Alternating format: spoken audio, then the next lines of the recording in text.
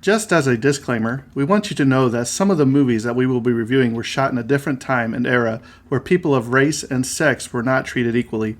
We understand this and hope you do too. The movies or anything that happened on the sets are not the views of this podcast or what this show is intended to be all about. Exactly. And we want to give due diligence in presenting the movie and not the views of the cast or directors or anyone involved. But we also feel it's necessary to let the audience know some of the background information to get a feel for what was happening at the time of shooting the film. Again, we hope you understand that we do not agree with everything that went on, and we just want to give out the information. And with that being said, hope you enjoy the show.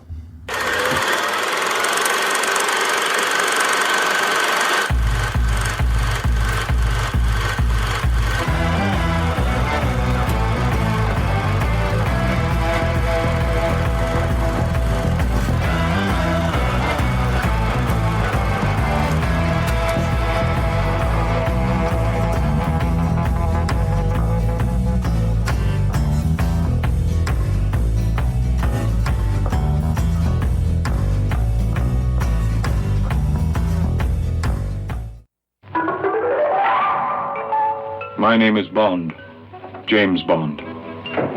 My instructions were implicit. I was to leave for Jamaica in 2 hours. License to kill. Now you maybe miss it. You don't miss a thing. I decided to accept your invitation. I have to leave immediately. Just as things were getting interesting again.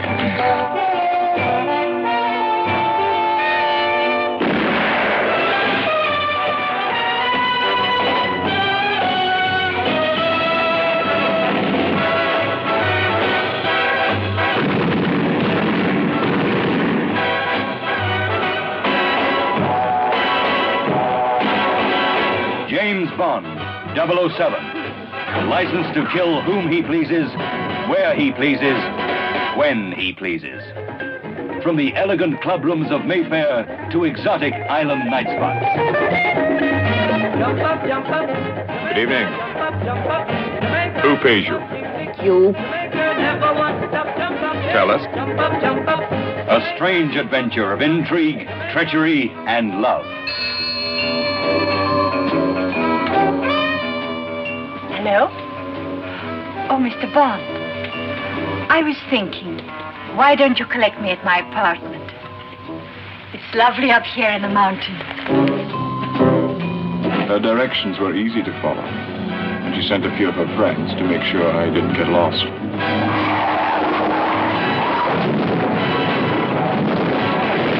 She thought I was dead, but I proceeded to prove her wrong.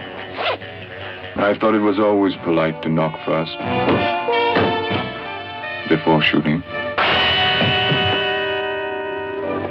Honey, from our very first meeting, was everything her name implied. She clung to me like a wet bathing suit.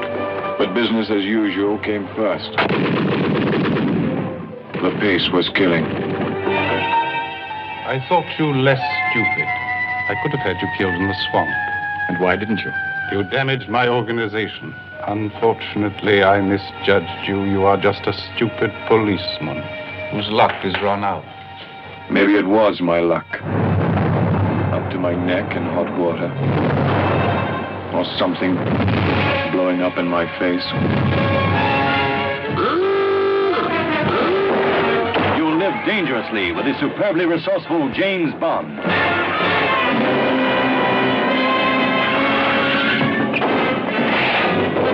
The explosive screen dramatization of the book that has entertained millions of readers. The exotic and tantalizing Dr. No.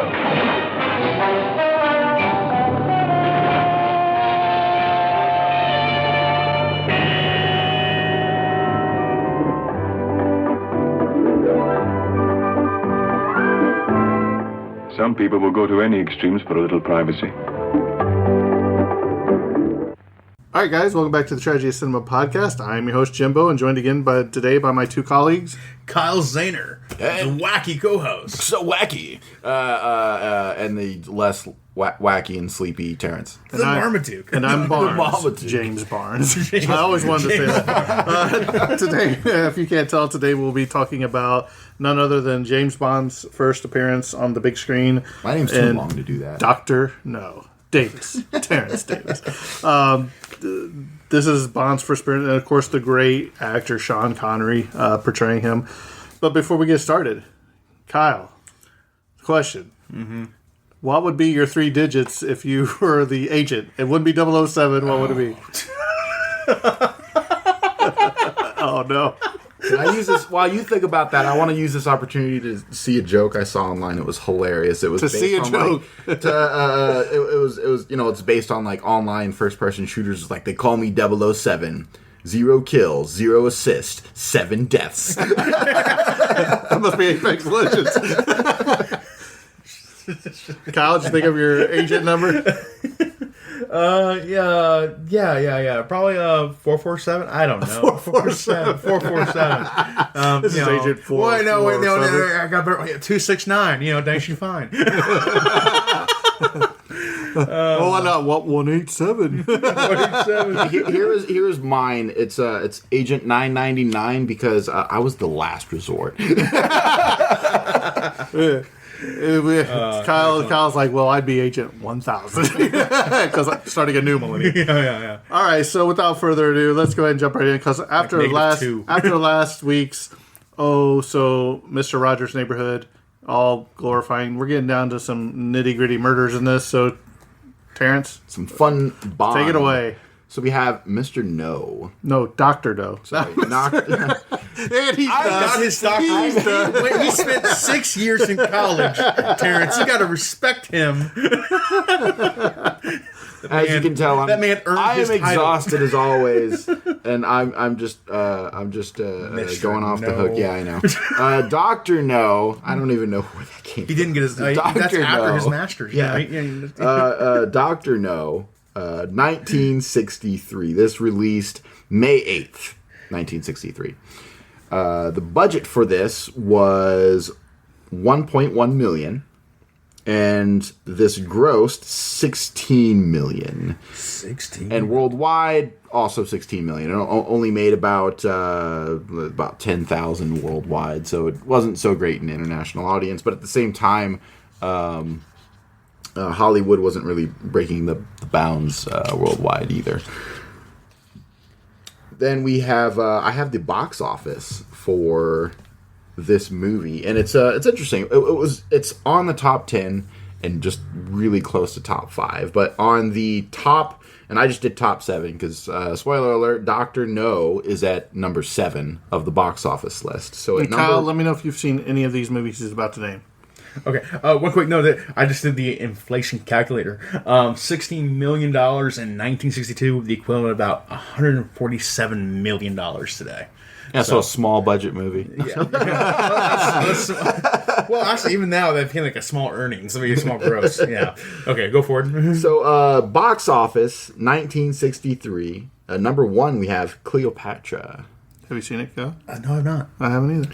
2 is How the West Was Won. I've seen it. 3, it's a mad Such a world. good movie. Absolute gem. Number 4, Tom Jones. It's not unusual to be loved by anyone. Number 5, Irma Lee Deuce. And number 6, Son of Flubber. Oh, yeah, that's a good movie. And then finally, number 7, Dr. No. I always forget there's an old Flubber movie. I always just think of Robin Williams' version as the Flubber movie. Honestly, I didn't know until about 10 minutes ago when I was writing this down that there was an older Flubber movie that predated. Who was the, do you remember the actor Jimbo from the original Flubber? Was it not James Stewart? I forget his name. I was going to say Dick Van Dyke, but I don't think that's right No, either. it wasn't Dick Van Dyke. It was some collection. Like, I was just shocked that something predated Robin Williams and that particular film that I watched once when I was a kid. You had me buy a collection of his, buy a movie collection of his when we used to work together. I can't remember his name off the top of my head. Fred McMurray. Fred McMurray, there Yeah. we go. You had me buy a collection of his movies. He's got some good stuff, man. They are some good movies. Yeah. So, okay, off topic, back onto you. So this was directed by Terrence Young. Terrence. Young Terrence. Young Terrence. Not just Terrence, young Terrence. Writers, we have Richard Maibaum. Johanna Harwood. Hey, Terrence. I can ask you a Yes. question. What's up? How many people that we've covered have the middle name All of them. I just love they have dangerously close to having like Bond girl's name of Richard My Bum and Joanna Hardwood. That's just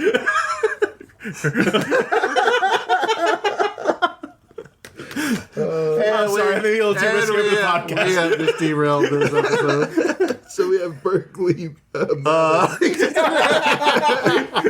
unsee it now, can you? Ian Fleming.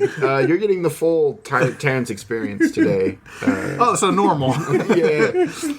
This is early. This is pre-Kyle Terrence we got going on tonight. Produced by Albert R. Broccoli? Broccoli. That's Broccoli. All right. Mr. Broccoli. Harry Saltzman. Music composed by Monty Norman. Cinematographer Ted Moore. Editor Peter R. Hunt. And production designer Ken Adam. Good old Ken Adam. Then we have the technical specs. Runtime, 110 minutes. Sound mix, mono Westerex recording system, and DTS 4.1 surround sound system. This movie is in color. Its aspect ratio is 1.66 by 1. Camera used to record this was a Mitchell BNC. This was edited in Technicolor London, UK. Negative format of 35mm, the same we see all the time. Process spherical and printed format is 35mm also. And this was filmed in UK. Fun stuff. Makes sense. Absolutely. Bond films. All right. And are you off to the... Award. I'm looking for them. There There we go. All right. My favorite part. Awards. All right. I'm in rare form. 2020. Wow. We just going to skip to today? Let's put It's that in going reverse. backwards, Yeah, yeah. I see now. Laurel Awards. Second place for the Golden Laurel for Top Action Drama. Third place for Golden Laurel Top Action Performance. Speaking of performance, I had to laugh at the car scene, particularly like the cool bits were the part where they were zoomed out and you actually saw the stuntmen doing their work. But the moment it zoomed in with Sean Connery just doing the back and forth with the wheel, it was pretty janky. Even for the time, I think that would have looked like that's kind of rough. That's the best you can do, Sean.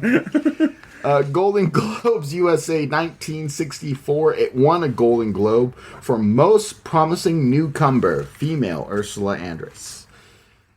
2007 Academy of Science Fiction, Fantasy, and Horror Films USA. Wouldn't be the podcast if we didn't see that a million one times. Exactly. Won a Saturn Award for Best DVD Collection, and this is just for all of it, all the Bond films, and including this one. 2012 IGN Summer Movie Awards. Nominated IGN Award Best Blu-ray Movie. Once again, it's the box set, so it's kind of a, kind of a gimme. it's kind of a gimme. It's all the Bond films, and I'm just gonna, because it's once again all the Bond films. 2013 Action of Science Fiction, Fantasy, and Horror Films USA. Once again, another award for. They were nominated, but it's a nomination for the box set. And then finally, 2020 Online Film and Television Association. It won an OFTA Film Hall of Fame motion picture.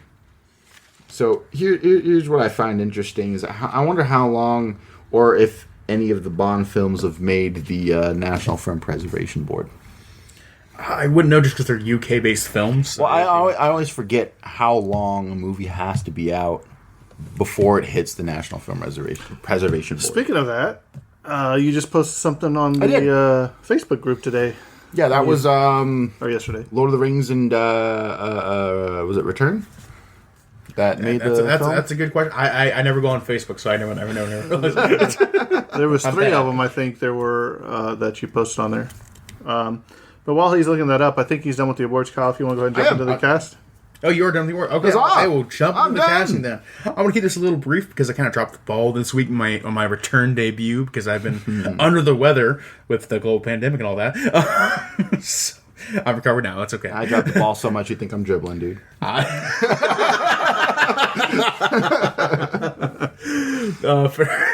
enough. But of course, starting out, we have the legendary Sean Connery playing James Bond in this film. He appeared in 4 other Bond films, including Goldfinger, From Russia with Love, Thunderball, and Never Say Never Again. And then outside of that, of course, you have films like The Rock and Entrapment, The Untouchables, Dragonheart, so many films. The Hunt for Red October. Sean Connery, legendary actor for well-deserved Indiana awards. Jones. Indiana Jones, last one, Crusade. yeah. Last Crusade, and absolutely terrific. So just Sean Connery just made a lot of great films. So good for him. Then next up we have Ursula Andress playing Honey Rider. She was in a few other films, such as she was in the sequel Casino Royale, and she was also in Clash of the Titans in 1981. Next up, we have Joseph Wiseman playing Dr. No, the titular villain. He was in films such as the 1960 film The Unforgiven, and the 1951 film Detective Story, and the 1952 film Viva Senpata. Next up, we have Jack Lord playing Felix Leader. He was in the original Hawaii Five-0 between 1968 and 1980, and Man of the West in 1958, and The Hangman in 1959. Then we have Bernard Lee playing the legendary and original M. Period. And now M. Period. That's why they always called him M. Period. It's M. The Gadget Master. He appeared in a total of 11 Bond films. So an incredible, just legendary actors in his own right, just specifically for this one particular role, being M, was one of the core parts of his career. Next up, we have Anthony Dawson playing Professor Dent. He was in films such as Dial M for Murder in 1954, Deadlock in 1970, and Death Rides a Horse in 1967. Next up, we have Zena Marshall playing Miss Taro. She was in other films such as The Caretaker's Daughter in 1952, and Eunice Grayson playing Sylvia Trench. She was in films such as From Russia with Love, the other Bond film, in 1963, and Louis Maxwell playing the other iconic Miss Moneypenny. She appeared in other films such as Thunderball in 1965 and other Bond films, of course. So Moneypenny also a central character of the Bond franchise. And I'm just going to put the cast there because other people I didn't really get a chance to cover because I just didn't make the proper time for it. Time management skills are bad on me. That is basically the central cast of Dr. No. Terrence, give us a synopsis of Dr. No. Synopsis. Without looking at your notes. I'm going to cheat. I'm going to look at the notes because because I actually have the synopsis. I know you did. So get this. There's this guy, James Bond. Turns out he's a spy. My God. He's not very secret about it. Mother of God. He's a spy. Even though he doesn't change his name anywhere. A respectful British government agent seeks answers in a case involving the disappearance of a colleague and the disruption of an American space program. All right, so we're going to talk about this. In case you don't know, Dr. No is the name of the villain in this movie. All of the sets and furniture were slightly smaller than they would be in reality so that Bond would look larger. That's a really funny fact. I like that. Sean Connery was fitted with a toupee for this film. He had started losing his hair when he was only 17, and he began wearing a hairpiece in films in 1958. From Goldfinger onwards, he wore a full wig. In this film, he wore a dry toupee and a wet toupee for when he was in the water. What do you need, Kyle? Oh. Pausing it for Kyle. All right, now that we've settled Kyle down, let's get back to it. Sean Connery... Or not, because I found out about the National Film Registry Board. Oh, no! So it was 3 movies. WALL-E, Star Wars Return of the Jedi, and Selena, among other movies. Okay. Good grief. So anyway, 007, Sean Connery, he was afraid of spiders. The shot of the spider in his bed was done with a sheet of glass between him and the spider, which can be seen in one shot in the movie. When this didn't look realistic enough, additional close-up scenes were reshot with stuntman Bob Simmons. Simmons reported that the tarantula crawling over Bond was the scariest stunt he had ever performed. According to Stephen J. Rubin's 1981 book, The James Bond Films, this tarantula was named Rosie. Aww. Rosie's so cute. This was chosen to be the inaugural movie in the James Bond film franchise, as the plot of the source novel was the most straightforward. It had only one major location, which was Jamaica, and only one big special effects set piece. The location was just terribly represented, but... No, but I think this is like the first of 4 Bond films that were all set in Jamaica. That's true. But also, it is maybe a trend of a lot of Bond films, especially early in the area. It's like, is this a country where it's not filled with white people? Like, no. Well, then they're all barbarians. That's a little bit of a problem with a lot of European films. As detailed as Dr. No's underwater layer was, one vital element was very nearly forgotten. Background plates of fish swimming in the sea to be added to the thick glass window. The necessary film was quickly found among library footage the day before the scene was to be filmed. When it turned out the footage featured extreme close-ups of goldfish, it was decided to have Dr. No explain that the window works as a magnifying glass. That's fantastic. Wow. Yeah, Making do hilarious. with what you got. I appreciate that. Do you remember when they walk in, they're going to eat, him and Ursula Andress is going to eat supper or whatever with Dr. No, and they look at that painting to the side, and Sean Connery just stares and looks at it for a second, and then he goes on up. Well, funny, a Francisco de Goya painting of the Duke of Wellington, stolen in August of 1961 from London's National Gallery, is found on the easel next to the stairs going up to Dr. No's dining area, which is why Bond stops to notice if as he passes it while going up the stairs. It was recovered in 1965. When this movie first came out, British audience laughed upon seeing the Goya, knowing it had been stolen. According to the director Terence Young, the idea for the stolen painting prop came from the film's Irish co-screenwriter Johanna Harwood. A clip of this scene is featured in The Duke 2020, which dramatized the theft. I thought that was just funny, though. You know what I mean? Oh, yeah. It's true attention to detail, especially for the era. Yeah. According to Lois Maxwell, Ursula Andress made quite an impression at the wrap party. At the party, she danced with all the crew, and she was the first grown woman I had ever known who didn't wear a bra. As she danced, those wonderful breasts were just swaying. I remember thinking how marvelous it must be to be that uninhibited, and I wanted to throw my bra off, but I didn't have the courage. Ursula Andress, the life of the party. After viewing this movie, James Bond creator Ian Fleming reportedly described it as being dreadful. It's just simply dreadful. So I guess he didn't really like it. So that's how it goes sometimes. the armorer who gives Bond his Walther PPK at the start of the movie is Major Boothroyd, who is in the next movie From Russia with Love, who played by Desmond Llewellyn. Beginning with Goldfinger, the armorer would forever be known as Q, or the Quartermaster. Quartermaster. This is the only Bond film in which W07 W.C. Fields. W.C. Fields, yo. The only Bond film W07 is the wish.com of Bond. in which 007 is... this is the only film in which 007 is battered / attacked by a woman. Miss Taro spits in his face, and he does not retaliate. So, fun fact about that. Every movie where he gets assaulted by a woman, he immediately fights back and just goes aggressive. As Sean Connery does in real life. Sorry. God rest his soul. God rest his soul. Bless his heart. Sorry. Okay, going forward. I'm trying to take Legendary note. actor, not a great person. Yes. Let's see. So, while searching for Dr. No's hideout, Honey Rider and Quarrel speaks of a dragon being sighted in the beach. Bond states clearly that there are no such thing as dragons, and this is hilarious because in 1996, Dragonheart was released.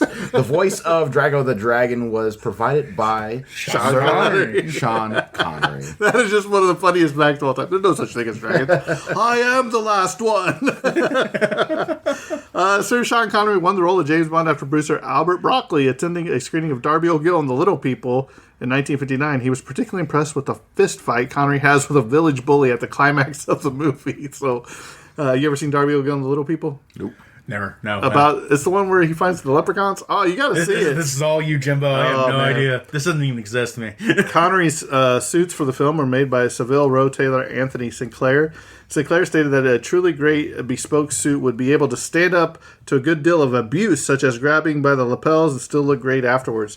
To prove his point, Sean Connery was asked to sleep in the suit.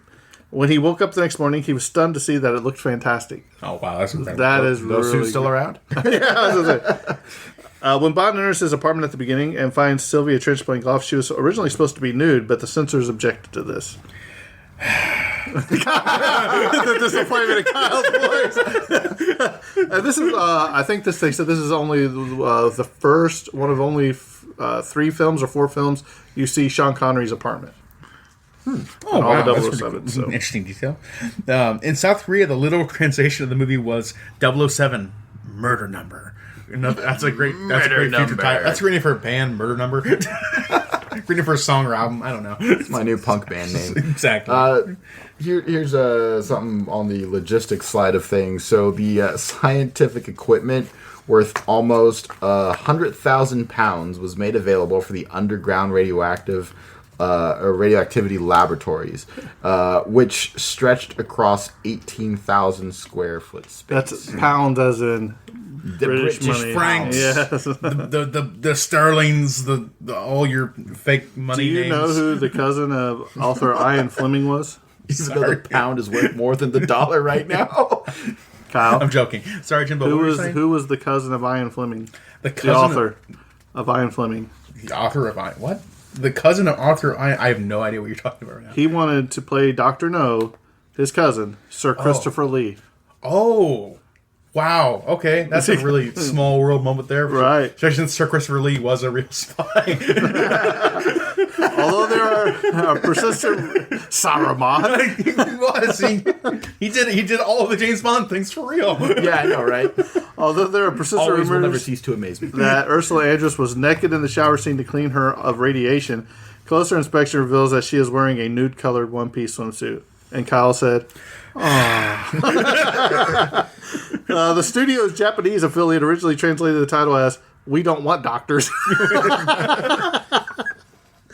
Sir Sean Connery is the godfather of Ursula Andress' son, Dimitri Hamlin. So speaking of Ursula Andress, she hated filming that scene where Bond, Ryder, and Quirrell were confronting the dragon tank because the marshes and the swamps just terribly smelly, just really bad, just awful. Yeah, some of these things are a lot better to see than to be experienced.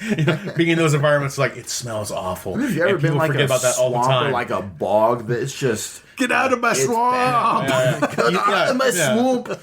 People forget about that all the time. You see amazing photos of beautiful places. It's like, you don't realize that place smells so bad. So bad. Honey Rider emerging from the sea is one of the most iconic scenes in all of the James Bond film franchises, and something that Ursula Andress is famed for to this day. Andress admits bewilderment. It's a mystery. All I did was wear this bikini, not even a small one, and whoosh, overnight, I made it. Yep. So I didn't know this because I've watched a lot of these and skipped a couple, and I've watched them outrageously out of order. But this is the first Bond movie. Mm-hmm. But Sir Sean Connery was not the first James Bond. Mm-hmm. The honor goes to Barry Nelson, who played Bond in Climax 1954, Season 1, Episode 3, Casino Royale. Which is obviously the name of another Bond movie. Which I wonder how if there's moments in that episode that was copied over into the movie itself. To a degree, I've seen a lot of some of the books to film adaptations or something like that. Like Quantum of Solace is like that whole book is like a really short story that you can finish like half an hour about like about a rich man who talks about his wife and how like she doesn't care about him at all. Like she never even gave me the Quantum of Solace. Quantum being the smallest particle, smartest piece of matter in the universe, and that's where we see the whole book. That's nothing like the movie, of course. That has nothing to do with the movie. And that goes for a few of the adaptations for films in the series overall, and some of the remakes. Speaking of side things, there's a documentary I saw. It's called Becoming Bond. I highly recommend it. But all that to say, I learned while watching that, because I didn't know about the books at all. I was just like, oh, cool, Bond movies. They were series of movies to me. They hold as well as movies, for better or for worse. But as far, when it came from being a book to being a movie, the writer hated the fact that Sean Connery was playing Bond, because traditionally Bond was English in the books, which is Sean Connery is clearly not. Yes. Ursula Andress' salary for her appearance in this movie was $6,000. The movie's line, Bond, James Bond was voted as the number 22 movie quote by the American Film Institute and as number 51 of the 100 greatest movie lines by Premiere. Contrary to popular belief, James Bond, is not the first line he says. The first line he says is, "I admire your courage, miss." Then he says the line when his face is shown. Fun fact. Not his first line he says. Yeah. Also, Felix Leiter doesn't appear in the book at all. Yep. As I said, adaptations are kind of weird sometimes, especially in the Bond series. 2 weeks before filming was due to start, the part of Honey Rider was still to be cast. The producers then saw a photograph of a then unknown Ursula Andress in a white t-shirt. Not wet, white, a wet t-shirt, and offered her the part without even meeting her. So, I guess that's typecasting. Yeah. You can draw your conclusions from there, audience. Yeah. Oh man, Jimbo, I think I may have stolen your favorite notes by accident. There was a long-standing rumor that in early drafts of the script for Dr. No, Dr. No himself turned out to be a monkey. I know. It's hilarious. And let's go and see the whole photo now. That's some Silent Hill ending type. Yeah, I would. Stuff, man. This movie would be 10 times better if that was the case. But And it went straight into the movie Outbreak. Yes, I am fully on board. Okay, so apparently, when first approached by producers Albert Broccoli and Harry Saltzman, screenwriters Wolfie Mankiewicz and Richard Mybom discarded most of the source material and wrote a story treatment about shipping magnate called Butchwald attempting to blow up the Panama Canal. Dr. No was a monkey god worshipped on the island, and the villain kept a Capuchin monkey as a pet. Broccoli and Saltzman told them that to try again and this time to stick more closely to the source material. Mankiewicz was dissatisfied with the script and had his name removed from the credits. He later co-wrote the James Bond parody Casino Royale, which co-starred Ursula Andress, who played Honey Rider in this movie. Due to the low budget and only one sound editor was hired, normally there's two, a lot of the scenery had to be made in cheaper ways, with M's office featuring cardboard paintings and a door covered in a leather-like plastic. The room where Dent meets Dr. No cost only £745 to build, and the aquarium in Dr. No's base consisted of magnified stock footage of goldfish. Furthermore, when art director Sid Kane found out his name was not in the credits, producer Albert R. Broccoli gave him a golden pin to compensate, saying that he did not want to spend money making the credits again. Here's your gold pin. That's fantastic. That's great. The sounds of birds throughout the film, sounds of birds whistling, were made by a children's bird call whistle, not actual recordings. Do you ever have one of those little things that you put on your tongue? Oh, I've had those before. They were terrible. Cool. I don't know. I think they're cool. In the original novel, which when Bond's breaking out, there was going to be an obstacle course after that he had to go through for Dr. No. At the end, there was a seaside cage where he had to fight a giant squid.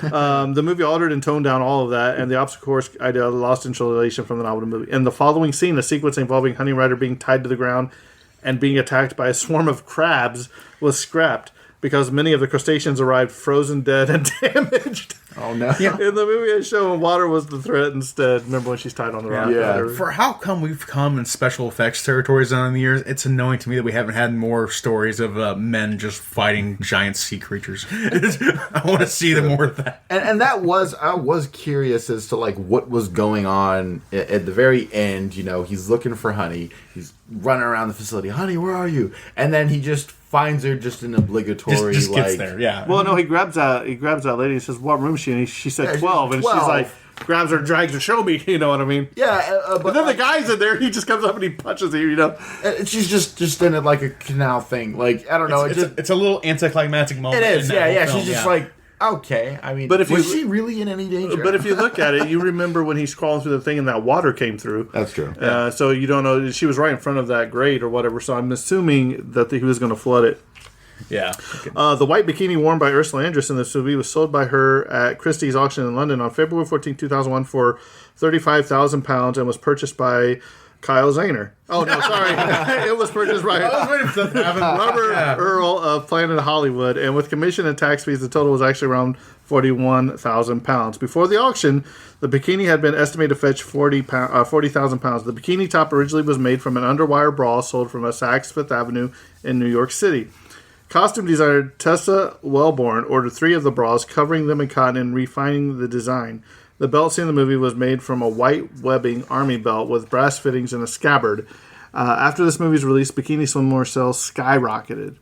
She should have saved it and held out. She could have got more. Yep. In 2019, Cary Grant's daughter, Jennifer Grant, revealed that her father later regretted turning down the role of James Bond.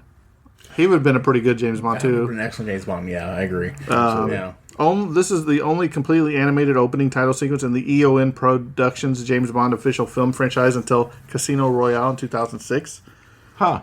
Owing to the limited wardrobe budget, Lois Maxwell wore her own clothes as Miss Moneypenny, as did other actors in similar small parts. Speaking of just certain, interesting facts about just during the filming of all this, filming for this movie only lasted 58 days. Mm-hmm. So, I mean, for what they did, it was pretty quick. Well, they only had one set, really, to build. It's all true. Yeah, pretty much. It's kind of like the rate of the films. Like, you're not doing a war movie where you have to make all these props and all these different, like, set locations and all that kind of stuff, all about the journey. This one's like, being a spy film, you do have, like, enclosed locations that you can just kind of film out and spread out the budget with and be a little easier to film. So, speaking of different film locations, when they were on the film location for the Bond leaving the airport, they pass a pink Cadillac with a vanity plate reading Elvis. Dr. No's dragon tank that they were all afraid of, all the locals, was a swamp buggy covered in metal sheeting. To move it and keep it from sinking into the swamp, it moved on special underwater ramp provided by our director, Sid Kane. Yeah. When Dr. No goons appear along the beach to kill Bond, Quarrel, and Honey, the gunfire attracted the attention of a group of off-duty U.S. naval officers who went to the set to see what was happening. That's fantastic. They met the stories we have. We're like, yeah, gunfire was going off, and then the police showed up. It's like, yeah, it's tough making movies. The body count in this movie, 16. Actually, I wonder. I have to look up the statistics. I wonder if that's really low or high for James Bond movies. Actually, I mean, imagine that's kind of like if par we're for the including course. the newer ones, then pretty low. If we're including just the older ones, now are we throwing the Timothy Dalton one into the because that's a pretty high body count. I'm sure somebody has like a whole spreadsheet of like every era of films and like their statistics on like this is the average murder for Sean Connery. Because I want to say like Bond had a pretty, I would say that was probably about average for a Bond film until Timothy Dalton, and then we kind of like ramp up even when we get into the Pierce Brosnan, and then we just go all out once you hit Daniel Craig. So. Yeah. Well, like Pierce Brosnan, he took out an entire Antarctic base by himself, so he probably killed hundreds of people. Sorry. Okay. Although his voice is heard earlier, Dr. No doesn't appear until 1 hour and 27 minutes into the movie. So it's when he's like less is more. Even with a villain, like you have him show up late, that's when he feels more imposing. Yeah. Well, it's like the evil bad guy in Inspector Gadget. You only hear his voice at the end of every episode, pretty much. Was it Mr. Hook or Dr. Claw? Dr. Claw. Dr. Claw. I think you're right. Yes. John Steers was asked to help with the miniatures. He had only a budget of £1,000 for the effects of the destructions of Dr. No's fortress. Did you remember when it blew up? It looked like a little popsicle stick blowing up. Well, here's what I found like just kind of laughable about that whole deal is that was a radioactive facility. So like that explosion would have way more consequences and implications than they actually were, especially for the people within the distance. It's like they're fine. Like, oh yeah, Connor, he's just chilling. No, that man has radioactive poisoning, and so does that woman. And you should stay clear away from large them. quantities of radioactive material throughout, like that's going to be spread over a 50-mile radius at least, and then it's going to be windfall out. Oh my god, it goes bad. Well, I mean, it's like based off that Fukushima reactor or whatever that's still leaking over there by Japan. You remember when that typhoon went through there, right? Yeah. Remember that time Bond killed Jamaica? That's this movie. Sorry. The movie's United States release was stalled by a political climate after the Cuban Missile Crisis. I can certainly understand that given the subject matter of the film. Right. Once inside Dr. No's base, while they were being escorted to dine with Dr. No, Honey notices James' hands are sweating. This is possibly the only time in any Bond movie that he openly admits that he's scared. This also helps to remind the audience that he's a real man and not invincible and increases the tension.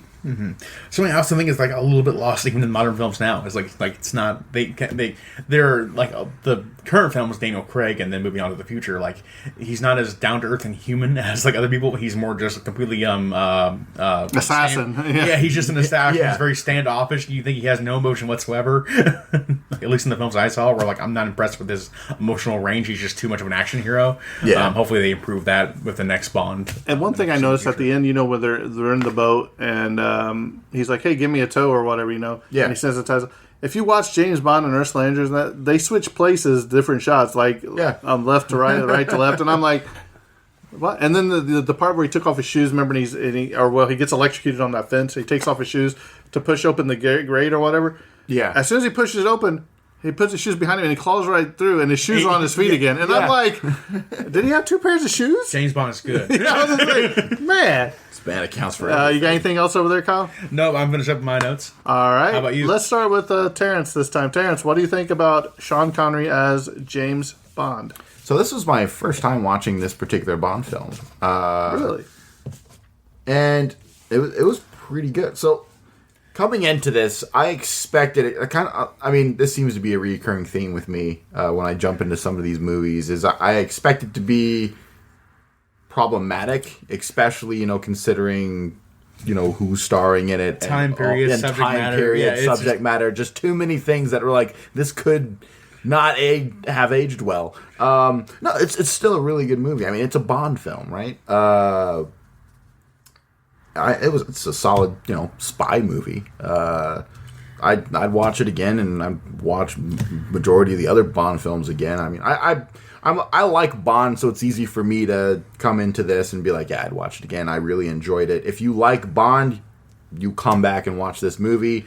Or if you casually like Bond like I did and haven't watched this movie till now, watch this movie. It's good. Now, you do have to have sort of that likeness for sort of that spy, suaveness and sort of action-y kind of movie, but like action-y in, the 60s sense, not so much in like today's sense. He's not going full John Wick, right? But, it's that classic, spy film of like, you got your action, you got the suaveness of, the spy who's going to also, get the chick and all this other stuff. So it's, it's a classic movie in that sense. But overall, it's not too problematic. I mean, the only thing that was just the 2 glaring things that I had a problem with was more of the logistical part in the end. I'm like, yeah, no, that's just radioactive. We could have figured that something out better there. Yeah. And then secondly was just the absolute terrible representation of Jamaica as a whole. And I'm like listening to the music and I'm like none of that is actual Jamaican music. Like it has to be like, at best it would be like, yeah, we play this to like rope in tourists, but like we don't listen to this. Is what people in the UK think. We're just going to adopt that belief and do no research at all. Exactly. We're like they give us their money. You pay people believe. Yeah, they're giving us their money to play this crappy music. So here you go. But no, overall, yeah, I enjoyed it. Mm-hmm. That's what matters. It was entertaining. Yeah. It's a Bond film. Yeah. Overall, I think I kind of echo what Terrence kind of put down there. I agree throughout the entire Bond series and films in the 60s. Of course, you occasionally will come across things that are problematic nowadays or just don't kind of hold up, or just the moments just like, okay, this is a little too sexist even for me right now. This is going a little too far where I feel uncomfortable even just watching it. But this film holds up really well. Still overall a very good film and doesn't have those kind of those overly traumatic, over problematic moments where like I feel uncomfortable even just watching it. And so I think this one holds up a lot better than a lot of the other Bond films and is one of the best in the series.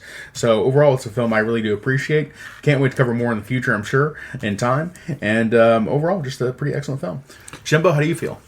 Sean Connery is my favorite 007 agent. I think he plays James Bond the best out of all of them. I would have liked to see him do more movies. Instead of you're going into where now you have like 6 or 7 of them now. You had Roger Moore, you had Timothy Dalton, you had Pierce Brosnan, you got Daniel Craig, and whoever else is going to be coming up. So, your favorite now. Who's your favorite Bond?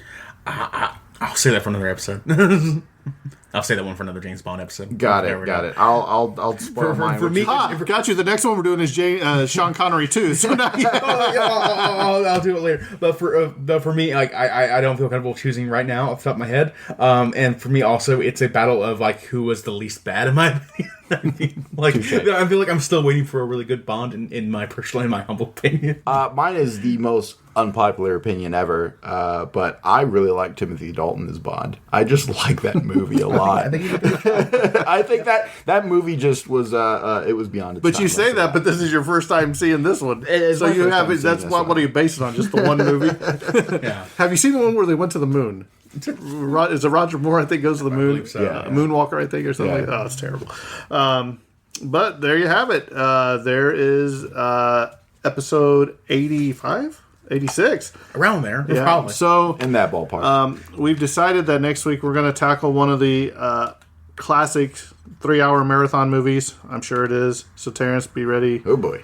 It will be Lawrence of Arabia. It's one of the top 10 greatest movies of all time, usually on any list you look at. So I haven't seen it in a very, very long time because I think it put me to sleep the first time I tried to watch it. So I got to go in here with fresh eyes and look at it. So we're definitely going in like this is going to be close to like the Ben-Hur territory of Right. like film density. We have to get through to Right. get through this one, so it's going to be a big podcast. right. Do we got a museum for this one? If only. Yeah, you got to go over to Saudi Arabia for it. Ooh, maybe not. Well, with that being said, I think this episode's coming to a close, and that's a wrap. And cut.